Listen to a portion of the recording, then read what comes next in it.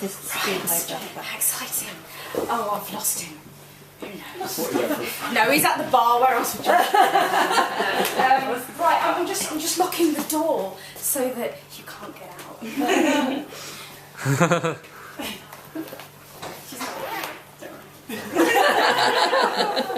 What if there's a fire? Can't get out. Hello! Nice to see you on the ball. Hello and welcome to, put this down, it's not very nice. Welcome to a pint of poetry and a dram of drama. I will explain who we are before I get going. We are an open mic night. Oh, sorry, please come in. Come in, more people sit down. Let's applaud for people coming in.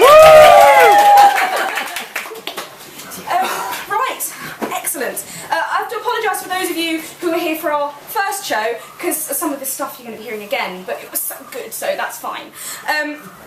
We are an open mic night. We are, well, yes, all the acts are going to be new. This beginning bit is going to be the same introduction. We're an open mic night that runs in Peterborough every month. We're a ragtag bunch of poets, actors. We've come here to Edinburgh to showcase our talent. You are in for a treat. We are going to make you laugh. We might make you cry. We will definitely make you feel warm and fuzzy inside and sort of leave with a fondness for the wonderful city of Peterborough. It is a city, by the way. We have a cathedral, okay, so I'm not going to hear any arguments on that point. Okay, before I introduce you to the rest of our acts, I'm going to start with some training. So some of you have already had this training, which means you'll already be quite good at this. I know, we're going to make you work. It's not just as easy as sitting back and letting us do all the work. You're going to have to do some work by being a fantastic audience. And I've got a good feeling, actually, about you guys, looking at you. So don't let me down. No pressure. I'm going to give you some quick training. This is the 4 stages of poetry applause. Okay? So the first stage is, hopefully we're not going to hear this today, but it's when someone's performed, you're not quite sure really whether it was actually a performance or whether someone just came up on stage and shouted mad things at you. It's the uncomfortable poetry cough. So could everyone just do that for me, please? Good, okay. The next one. It's a bit better. You think you just saw a performance, you're not entirely sure if it ended or what happened. It's the confused poetry clap.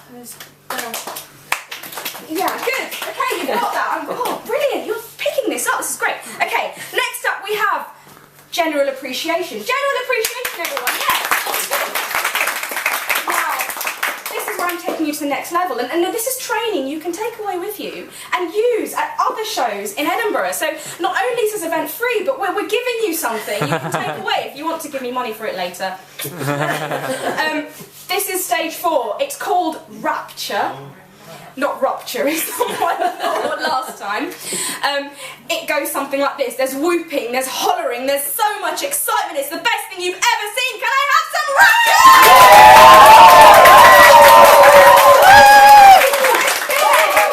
So, our first candidate for rapture is a young poet called Emma Goldberg, one of our regular performers and a very talented poet. Can we have some rapture for Emma? Thank you very much, and in Peterborough our poets are many and varied and we all have our different styles, and my style is to be blatantly honest and only write about stuff I know about. So my set is called Welcome to My World, and this first poem is starting off from Peterborough. You might go through Peterborough train station, and this is called Ode to a Ticket Collector. "Thank you, young lady," the ticket collector said, and my spirits climb. After all, I'm mid-30s with uncertainties about where middle age begins. I look up into a boyish face of 20 and have to suppress a grin. But though I know I could pass for his mum, I walk home on cloud 9. Well, the next day, as I waited at the station, I found my good humour reduced. I had a chance to glance at this unlikely old-world courtesy with a nod of his head as several octogenarians passed him through in turn. "Thank you, young lady," he said. They gave him a coquettish smile, and I saw in them that same ego boost. But it really doesn't matter, I can share.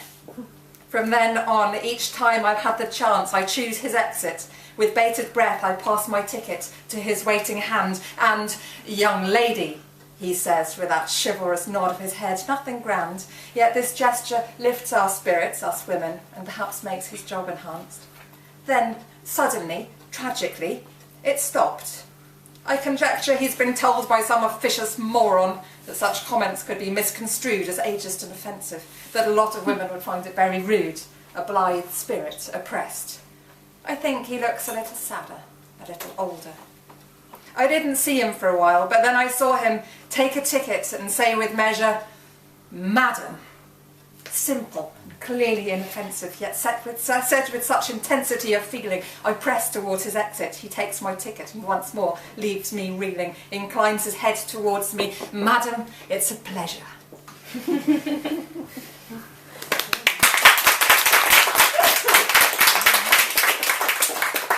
My next piece is, again, about a neighbour of mine. He's called Bill, so this poem is called Bill. Across the fence. "Lovely day," or "Keep at it, it all pays off," he'd say, thinking of his garden, weed-free and neat, looking at the bindweed and buttercups at my feet. I'd smile, fork in hand, foot poised. I wondered if persistence is the only weeder he employs. Wandering down the pathway to his shed to fetch a better tool for the job, he said that I was welcome to visit his shed any day. He chuckled, "It's only the wife that has to stay away." An Aladdin's cave of tools, part summer house, part treasure trove, hidden at the end of a garden raised with love. Then the ambulance came, took him away, and I guess I thought that was that, as they say. But it wasn't. Though the end was in sight, Bill wasn't quite that ready to accept his plight. The doctors let him home where he preferred to be, with his wife there to love him and the garden he could see. And those last few months, though he lived on borrowed time, he still made it into the garden, a garden in its prime.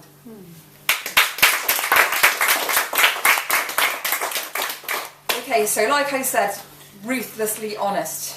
When I bleed, Peterborough bleeds with me. This is called Internet Date, and its subtitle is "I'm Not Fussy But."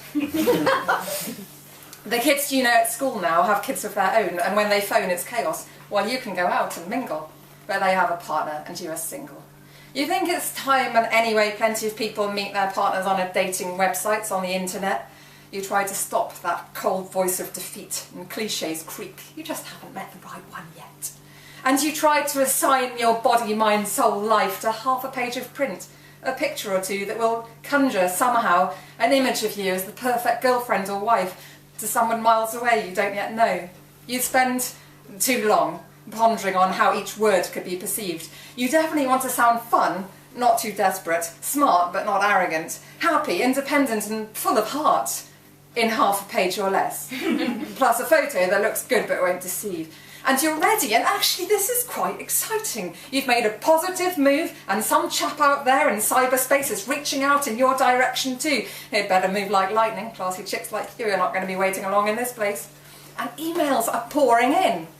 But excitement soon begins to fade as you open them. "Hi, I'm Gav. Mail me. You are hot, babe. LOL."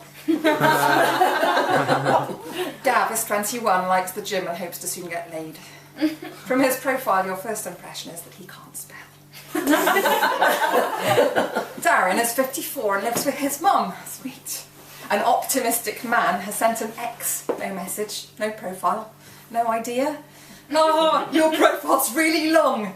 Is it time for defeat?" Another and another, and finally one that makes you smile. You read the letter, so far so good, this is fine. The profile, I'm in here, this one's mine. You write back, he likes, you like, you suggest we meet. No email. For a week. Busy? Very, very busy? You mutter expletives and move on. "I don't want a girl who plays games." No Cluedo then. It seems pointless to say you feel the same, so you move on and hope that there's someone out there who feels just the same as you.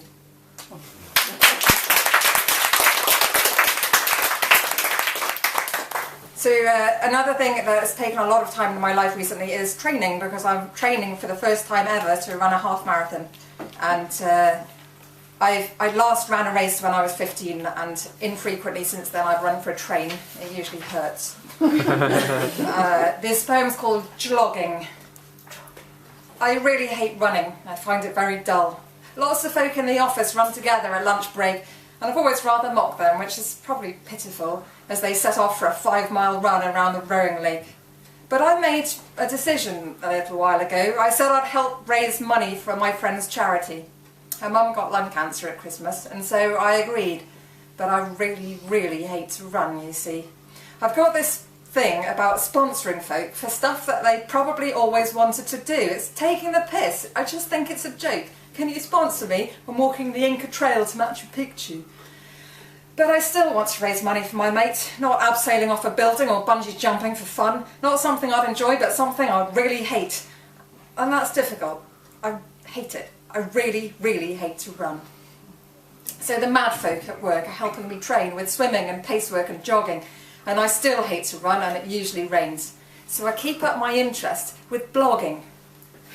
I infinitely prefer the blogging to the jogging. It makes me watch for the funny slants among different folk, and I love that, but I still really hate jogging.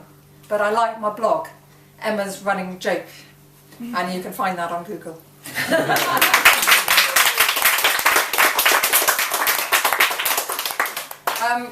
As I said, sharing, this one, you know, this is going to make you uncomfortable. We all know women who've been in an unhealthy relationship, and I've told you that all my poems are extremely personal. You probably wonder why women stay in an unhealthy relationship, and I don't know, but I've written a poem about it.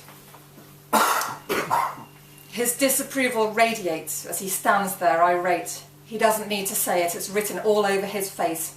Where have you been? I've been worried, you're late. And where's my dinner anyway? You're a disgrace. We come as close as we get to having a row. I tell him all he cares about is food. I'm getting fraught. And I know when I'm away he's seeing other people now, and he's eating too much. He doesn't deign to give retort. He trails after me like a truculent child as I get ready to go out. He doesn't want me to go, thinks my makeup is an elaborate ruse. He'd prefer it that we both stayed in on the sofa. He pouts. I could watch that film on TV, he could have a snooze. I get home late again. He's outside waiting by the gate again. I push past him, rush upstairs.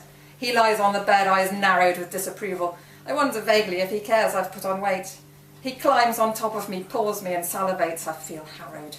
I know instinctively that our relationship is wrong. I shouldn't be a slave to him, oppressed by every recriminatory glance like that. He looks into my eyes, touches my face insistently. I push him off me. Not now, Frank, I'm not feeding you now. Bloody cat.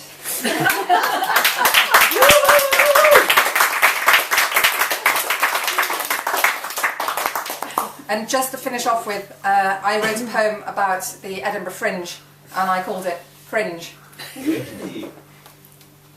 I saw this cabaret, theatre, sort of circus, concert, comedy show. Spectacular, amazing, hilarious, incredible. My mind would blow. You can't miss it. Really witty stuff, a real must-see. Oh, worth every penny. Best show I've seen, and it was absolutely free. Completely weird. Didn't understand. Frankly, offensive and rude. Tedious, pretentious waffle, drivel. I want to choose who I see nude. Not really worth it. He was funnier on TV. Some kind of poetry thing, actually. Well, at least it was free.